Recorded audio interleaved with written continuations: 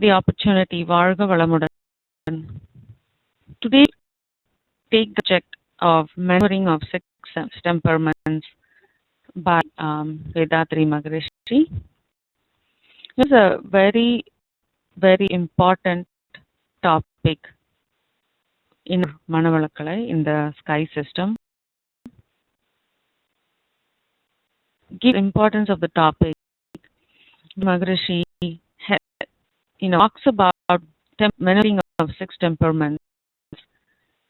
All of the participants, whether they are just the beginners in the sky system, or whether they've come to Brahmanyanam course, or teacher course, or senior professors, fresh course, in any such event, irrespective of what cycle we are in the practice of sky, Maharishi always insists on maneuvering of six temperaments. He emphasizes that to everybody ongoing basis. Importance is also realized since then.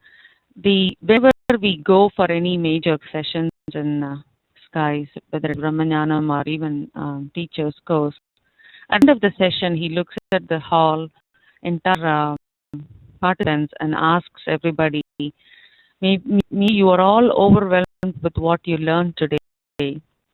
Feel that you need to give me something to give you this knowledge and experience.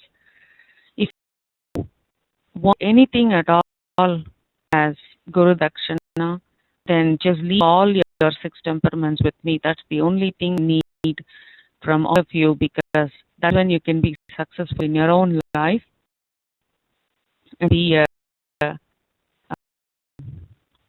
teacher or preacher of the sky system to others. Without maneuvering the six temperaments, it is not only possible to achieve the self, but also be an example and to be a teacher to others. So the most important topic in the sky system, and you have to be thinking about it on a day-to-day basis. The temperaments, what are they? There are the first greed,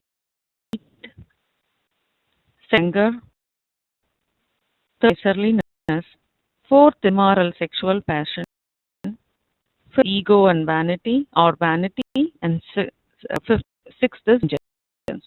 These six temperaments, that is what she says that we have to maneuver. That he says it is important for civilization, but the within us, the godliness surrounding us is the most subtle phenomenon. The word God, and so the truth of what is God and who am I, those concepts are very, very subtle phenomena. And to understand any subtle phenomenon, the mind should be subtle or lower than the subtlety. In the God, there is no utmost subtlety is the state of being a God.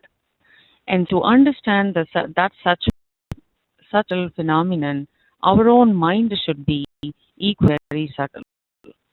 So the ability of being subtle is always interrupted by our own activities on a day-to-day basis, our past activities that we got as karma, sanjita karma, prarabdha karma, or prarabdha karma that we completed until today, and combination of our sanjita karma and prarabdha karma, deciding how you want to behave tomorrow.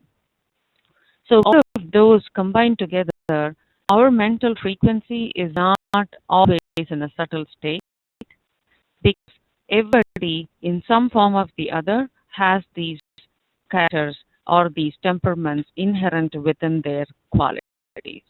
Just don't realize it, because not everybody probably expresses these types of temperaments on a day-to-day basis because of lack of opportunity, or they are not put into a state that the mental frequency is not. They are sometimes greedy, they are sometimes angry, They sometimes show their ego, but there's no human in this world who doesn't have these six temperaments. And who maneuvers those six temperaments and keeps their mind subtle enough so he can understand the self and also they understand the God and the godliness in every human being. Those are the type of people are called the jnanis. So, you know, have these six temperaments even comes to play, right? Because it's important to understand what the reasons for these six temperaments to come in our life in the first place. Obviously, we talked about the concept that we build, that we all from the five sense of beings. After that, we came to the sixth sense. So we have all of those qualities within us, but also our day to day, as we grow from age 3 to until today, if you look at everything around us, we have manual for everything. So manual for buying a TV, manual for refrigerator, manual for how to operate every single machinery. As the only manual that's been given to us in the textbooks and everything is only how to be successful in life economically. So getting first marks in the school, A grades, and getting a job that's going to pay well to maintain our social status, to and keep advancing. All our education system towards has been totally geared towards men helping us manage the economic needs of us and also those who surround us.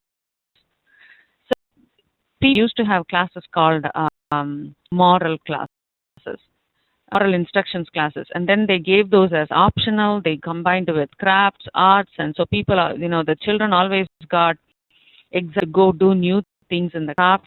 So whether it is called as Panbatu Kalvi or moral education was not slow faded away. And if you go to textbooks and if you go to the school system today, most of it is only, all of those classes are only related to how to be successful in economic life. Important because we have to survive in this world. It is important to have a decent education and decent knowledge and experience to be in the competent world and even survive. But also the moral education part is missing. So we have to we are put in a situation where we are need to go to the alternate classes to learn all of this. And now these children are also not, previously when the parents have something to pass on to their children, they have a lot of time together during dinner time, during lunch, during festivals. They spend a lot of time as families where the family traditions or the Panbatu Kalvi kept on, passed on, by which people learn good things. But now even those opportunities are lost because of, once again, the hits of the education system, but also the influence of the entertainment system. So with those, the connect within the family, even with their own parents or grandparents, are reducing. And people who live outside of their family due to profession, not in our own family, not even in the country, are connecting more and more of those natural ways to learn these Panbatu Kalvi. So because of this, we have more and more only education on how to increase the wealth, and looking at others or influence others, how to increase our own praise, poker, and authority, the sensory pleasures. So in Tamil it is Porul, Pugar, Adhikaram, Porul, sensory pleasure. So those are all the things that we are more concentrating to increase all of those things. Because of that, the two things that becomes our inherent characters also. One is go. I am the one who makes everything happen. That mentality comes and settles in for human beings, and also everything should be mine. Whatever good out there in the world, I should enjoy it. I should go for best vacation. I should be the top in the office. I should get promotions quicker. Either the ego that I control everything, or the requirement to be, and all of the good things should happen to me. So தான் அதிகாரப்பற்று என்ற பொருள்பற்று. All of those things combined together result in, Maharishi says, if these two attitude combines together, it produces the 6 children, which are those 6 temperaments in human beings, which is greed, anger, miserliness, immoral sexual passion, ego, vanity, and vengeance. Not that if we not maneuver these 6 temperaments, based on any influence, one of the influences of these 6 temperaments are results of 5 cardinal sins. 5 cardinal sins. It results in 5 cardinal sins: dishonesty, thievery, murder, gambling, and rape. Because if any of those temperaments are at a high influence on human being, only in that mental frequency, such 5 cardinal sins can happen. So having the conducting the 5 cardinal sins is also most by these 6 temperaments. If you do not have, if man has to live peacefully, not only for himself but also be a contributor to the society, these 5 cardinal sins should not be performed, which then we have to think through to see how do we remove the root causes for these 5 cardinal sins, which are these 6 temperaments. Now, may all think nobody does these 5 cardinal sins. Those who are listening and those who we go and teach these in Sky sessions, people look at it as surprised that we are even talking about 5 cardinal sins in those sessions. But if people start to do self-introspection on a day-to-day basis, there is some kind of, we may not go to the extent of gambling or rape or murder, but even a small thing of telling lie, being a slight dishonest, or cheating in a cash register, if some cash register person, bill thing. But I have seen instances where people knowingly taken cash for register when they are managing cash register. So people don't realize they do such activities by the influence of their need or their greed, or because of their ego, or because of some other form of necessity that they have created for themselves. So it is very important to understand the root cause of why these 5 cardinal sins can happen, and also remove the root causes very effectively through the practice that is given by Vedadri Maharishi.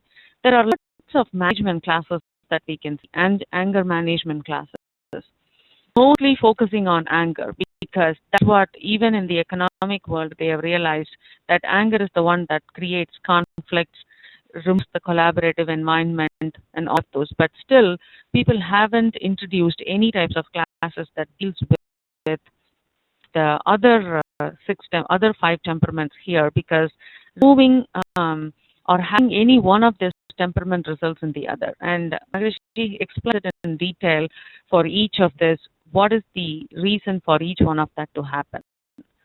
So take greed for a minute. So greed, anything in the ancient, in the Vedas, or even in other Indian science teaching about how to achieve self-realization, the first thing they recommend is to remove all the wishes that you have. You don't have any wishes at all, then you can achieve God quickly or self-realize quickly. That's not practical, because without human have at least 3 basic needs: having food, a decent food to have a healthy life, shelter, and also for the cooking to make sure that we are protecting from our environment. So these are all basic necessities, plus duties that we have for ourselves, duties have for our families. So, and even wanting to achieve self-realization itself is a want or a desire that we have. So removing the desire completely, it is just not practical. All Maharishi's practical suggestions or exercises that he has given for all of in all of the introspection topics are very practical and possible. You just have one has to just have the determination to not only understand and learn, also put into practice. So if you take greed, for example, realizing have achieved those basic necessities are not cannot be classified as greed. But if anything beyond your basic necessity or anything what is needed for your life, but also supporting others. If you have one property looking for 10 other properties, if you have one car but getting 10 cars, you can give so many life examples. That's what creates the greed.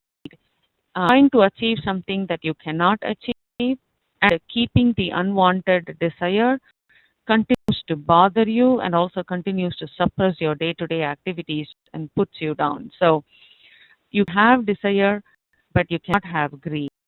So that is the first temperament. Next is anger. There is a human or some activity or somebody is for stopping you achieving even your day-to-day desires, not only the greed that you want to achieve, but even the day-to-day desires. If somebody is coming and put a block into what you want to achieve at home or in office, suddenly get pleasure and surge of saying something or doing something because somebody is stopping you to achieve what you think you want or you think things has to happen in your own way. So that is the anger. And anger is the main reason for everything that you see. That's why you will see also the lot of management classes being taught, official environment. Anger is the reason for the war. Anger is the reason for murder. Anger is the reason for rape. Anger is also the reason for thief because and is honest. So this is the worst root for all of those 5 cardinal sins. And there are a lot of examples, and the Tirukural has two-letter kurals that you all might have heard. Tannaitan kakin sinam kaka kavakal tanniye kollum sinam sinam சேர்ந்தாரை கொள்ளி இனமென்னும் ஏமப்புனையை சுடும். So the sin, anger first spoils you, the where it's generated, and then before it goes and spoils somebody else. So it's a double negative effect on the person who gets angry, whether it's increasing the blood pressure, weakening the nerves, loss of biomagnetism in a purge. All of this happens in a very, very, very higher level of frequency, which is far, far away from the godliness or the self-realization in the spiritual path. Not getting angry or neutralizing the anger is the most fundamental need for even being in the meditation system that we are all part of. So the anger is our second most important temperament that we should be very careful and neutralize it. Miserliness. So miserliness, in Tamil it is called kadumpatru. Miserliness is holding on to everything, but also needing to have things to hold on to. So it's a combination of greed, something more by greed, but also holding on to it without giving it to anybody, without having mentality to even give it to people who are in need. So it is the most against our twofold moral principles. Plus, if there's a need for somebody, whether it is physical or mental or even by your thoughts, you should be able to give. You should be in a ready state to give. So while we are practicing our twofold moral principle, miserliness is one thing that can come in the way if you continue to hold on to things even for people who are suffering. Evil sexual passion, then there is absolutely no need to explain and go in a lot of detail, because we see that even in recent research says there are lots of child molestation that happens, lots of West culture that is set in place, and the culture that we live, any country facilitates such kind of activities. Now, even that kind of passion, immoral sexual passion, there is a reason for why a man needs a companion or a man needs a companion. to not only satisfy their physical needs, but rather be able to help achieve their spiritual self-realization, be a companion for achieving the self-realization also.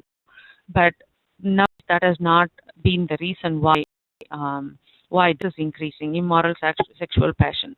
This is another temper results and things like rape and murder in some cases. Ego, we've talked about ego before. Think I am bigger than somebody, or somebody else is lower than me, and constantly checking the balance between how are we and how are others, and comparing ourselves, and thinking that main activities are driven by the self is the ego. When if you don't get to satisfy your anger right at the moment, then holding on to it and remembering it, thinking it, and every time getting raged about the person on which you have the anger, but then try to seek vengeance at an appropriate time. That quality actually diminishes the godly quality and the path that we want to be to achieve the self-realization. So all of the temperaments are always happens if a temperament is in a higher is dominating at a particular time. At that time, our mental frequency is not in a subtle state. So for us, for people who have become Brahmajanis, people who are teachers, people who are just even in getting introduced to the sky system, the most important piece is understanding first of all, getting the peace within ourselves and the peace around us, and then the peace to the humanity. For that, self-realization is important. So the six temperaments, there are a lot of excess that Maharishi has in the sky system that is helping us in removing these six temperaments. So if there are introspection courses that teach us about how to moralize the desire, how to neutralize the anger, how to realize the self. All these practical practices helps remove these six temperaments, and as a result, turn into these six acceptable mind state. For example, the greed automatically becomes into having contentment in life, having a great satisfaction in what we have, and be able to also count our blessings so that we don't do unwanted things and accumulate the unachievable activities, achievable desires that increases the burden in our mind. And the neutralization of anger practice that Maharishi gives, the practitioners are able to gain more and more patience in their life and more tolerance, adjustments, and sacrifice qualities. So that helps the neutralization of the anger. So anger transforms into tolerance or patience. So by our twofold moral principle, we are ready to help anybody who is in a need or who is suffering by physical or even our own wealth. So by reducing the desires, achieving contentment, also following the moral principles, we are able to increase our philanthropy or being just to others, increases the generosity. And sexual passion becomes chastity and purity, because charity is the most important thing to not create the problems in the society, but also have your own subtle state mind to help towards our spiritual path. Ego becomes, because with these subtle qualities, we not only realize the God within us, but also realize the God within everybody else. So we will learn from others who we think that they have higher qualities, but also respect people who are not in our state, but because everybody has something to offer to the society or something to offer to. So we will start to look at everybody on the same page, which is the parity.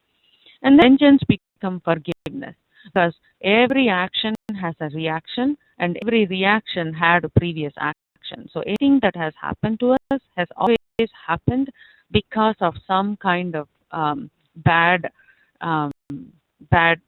that we might have our own act, or by the activities of our ancestors that we carried forward in our karma. anything that happens, whether it's some blocking what needs to happen to us, or somebody is causing constant trouble on some manner or the other, constant forgiveness, practicing constant forgiveness is the most important quality, that because you're not only forgiveness, but also you're blessing them, because that is the greatness of the system, where we are blessing our enemies and miscreants with kindness. The first part is important because not only the blessing, but also thanking them, because they have actually helped to remove some imprint that's in us. So actually they have cleaned up some that is in our karma. So with that in mind, not holding vengeance and forgiveness is the greatest. Forgiveness and the forgiveness of what they did is another great quality to satisfy the vengeance. So when we practice this constantly, then because of the meditation, that after every meditation, hopefully our mental frequency, depending on the day that we meditate, depending on how we are able to focus, the subtlety of the mind that is needed to understand the godliness within our own, looking at the nature within ourselves, but also the nature within the others, helps on a day-to-day basis. These practices helps us with practicing these introspection that Maharishi has given, so that the 6 temperaments can be easily remaneuvered and achieve the 6 great qualities that is necessary not only for ourselves, but to be useful to our family, but also useful to the society. So especially for sky practitioners who are ready to do the service, Brahmanyanam, once you achieve, it's like a rose. This plant can grow in near the, what do you call it, dirty water. I couldn't say in English what is called shakadai. So some kind of a bad water stream. It can grow next to bad water stream, but once it grows and produces a flower, Pranam is like you have grown to achieve the flower of Brahmanam today. I'm sure that flower doesn't fall into the bad stream again. So the Brahmanam is like a great flower that has become, that we are all blossomed today, and not only to be helpful for ourselves, also to be helpful for the humanity. Sure that particular rose doesn't fall back on the bad stream. So 6 temperaments, if you don't maneuver 6 temperaments, then will fall back into the stream, and it becomes useless not only for itself but also to the society. So with that, I conclude this. Thank you for the opportunity. Varga Valamudan.